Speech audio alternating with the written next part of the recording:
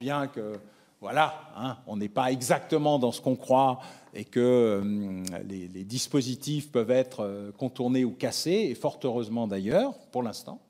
D'ailleurs, le jour où on passera au quantique, on est à peu près sûr que plus aucun système de cryptographie ne pourra résister à quoi que ce soit, ce qui est à la fois une interrogation, une inquiétude et une satisfaction. Ça dépend de quel point de vue on se passe. Mais en contrepartie, on a le plus grand mal à identifier l'auteur. On casse les messages, mais on a encore plus de mal à identifier les auteurs parce qu'ils utilisent des identités numériques qui ne sont pas obligatoires. Or, le fait d'avoir une identité numérique est un élément qui peut parfaitement faciliter, ça n'empêchera pas tout, mais ça va réduire massivement l'ampleur du développement, notamment des réseaux de contournement de distribution, dont je rappelle que par ailleurs, ils n'empêchent pas les points de deal, ils se rajoutent aux points de deal.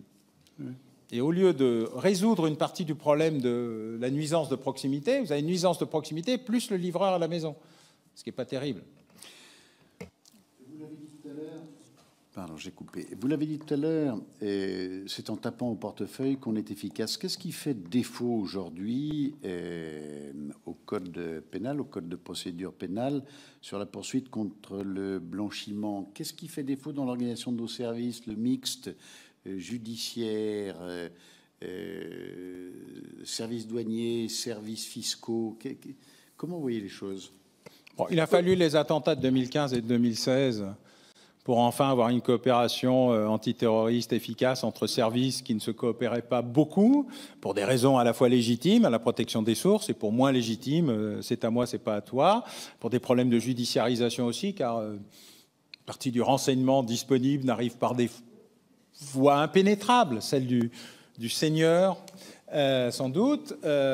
Et donc, il y a un même enjeu pour la coopération STUP que pour la coopération terreau, mais à condition de s'occuper des choses essentielles, de ne pas noyer l'activité anti-stupéfiant dans le consommateur du coin.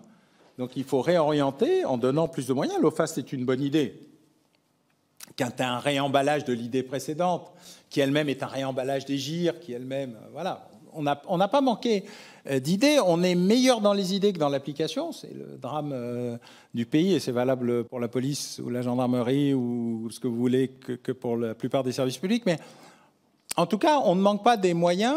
Le fait d'avoir une incitation forte et un outil puissant qui permet de donner des résultats, y compris sur les cryptos, moi, je regarde avec beaucoup d'intérêt les résultats. Je travaille beaucoup avec les NYPD aux États-Unis, mais aussi avec les services fédéraux. Alors moi, c'est plutôt l'antiterrorisme. Mais du coup, on parle un peu de tout quand on est en réunion. Je vois les nouveaux outils de suivi des crypto-monnaies.